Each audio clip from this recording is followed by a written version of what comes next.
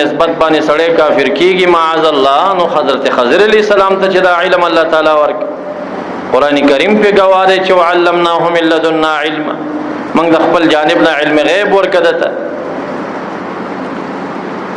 دا شان قران کریم کې کو کتل شي سیده چې داسې آیتونه شته دي چې د مخلوق نه د غیب او د علم نفي ورکیدا. خو نیم آیت مل ولا هغه آیت پورا ول ولا بیا درته پته لګي. یو ځای رب کریم فرمایي ما کان الله ليطلعکم علی الغیب، نه د الله تعالی چې تاسو ته په غیب باندې اطلاع درکړي. الله د غیب او اطلاع مخلوق ته نه ورکړي. بس پنځ پیریان واویان دومره پورې لګیا دي ترجمه کوي بس. اوس اخلاص کا د آیت نور څنګه دی؟ ولكن الله يجتبي من رسله من يشاء، لیکن الله تعالی غوړه کوي د پیغمبرانو نه چاته چې مرضی وي هغه ته بیا د دینه برخه ور کوي. الله تعالی خلاص کړه کنه چې عام خلکو ته د دینه برخه نه ور کوي، خو چې پیغمبرانو کې څو غوړه کې به ور کوي. بل ذی فرمای فلا یظهر علی غیبه احد، الله تعالی غلبا نور کوي په علوم او غیب خپل باندې او کس لرام الا من ارتضى من رسله من يشاء، مگر پیغمبرانو کې څوک چې غوړه کې نو هغه ته صبر خور کوي.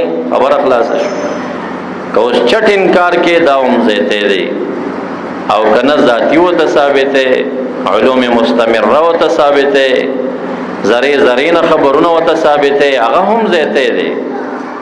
ادا الله تعالی د علم صفت دی، هغه هم انصاف نه دی. نو زما معززو مقصد می دا دی چې اول عوامو ته په داسې مسایلو کې په غیب پوهیږي او نه پوهیږي، دا ډیره پیچیده موضوع ده.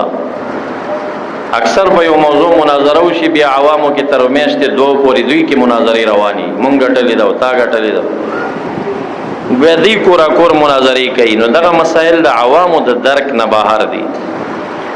دا بنیادی خبره ده چې څوک د علم باطن سره وابستګي لري، د علم باطن د اهل سره ناسته لري، یا د علم باطن نه بخپله برخه لري، نصیب لري، هغه د دې حال نه انکار نه کوي چې پیغمبرانو علیهم السلام او انبیاء ته الله تعالی او اولیاء ته د باطن سترګې ورکړي. دا هغه باطن پسترګو باندې دی مغیبات کشف کوي، هغه نه په فراست هم تعبیر کیږي، هغه نه په کشف مکاشفیم تعبیر کیږي، هغه نه په علم غیب عطائی سره تعبیر کیږي شي، هغه نه په علم باطن علم الاسرار والتکوین سره تعبیر کیږي شي، هغه نه په علم لدنی سره تعبیر کیږي شي. حضرت یوسف علیہ السلام جیل کې دو قیدیانو خوب ولید. د خوب د پاره یو تعبیر دی او یو تاویل دی.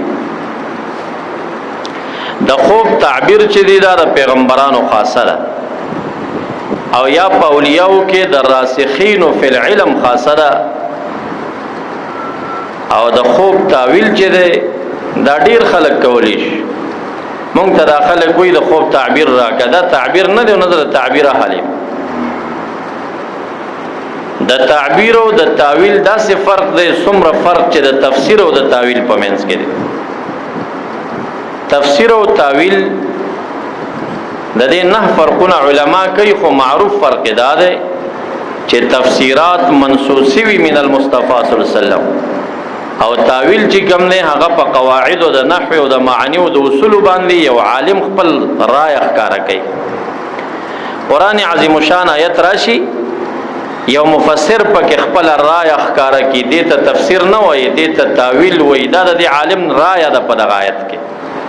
کیدی شي دا رساوي، کیدی شي په دې رائے کې د خطا شوی وي.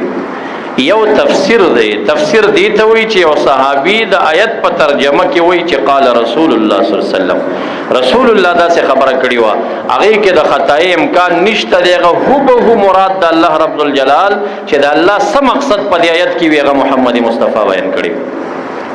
او چې زرا پاسې کوم دی وایي ترجمه کې تاویل کوم یا یو مفسری کوي یا د صحابو نه بعد چې هر څوک هم کوي، هغه امام د تفسیر وی کنه وی. نو هغه ته به تفسیر القرآن نه ویل کېږي بلکې هغه به تعویل القرآن وي، د قرآن تعویل کړي. اوس امکان شته چې رسا شوی دی، امکان شته چې د پرې رائے کې خطا شوی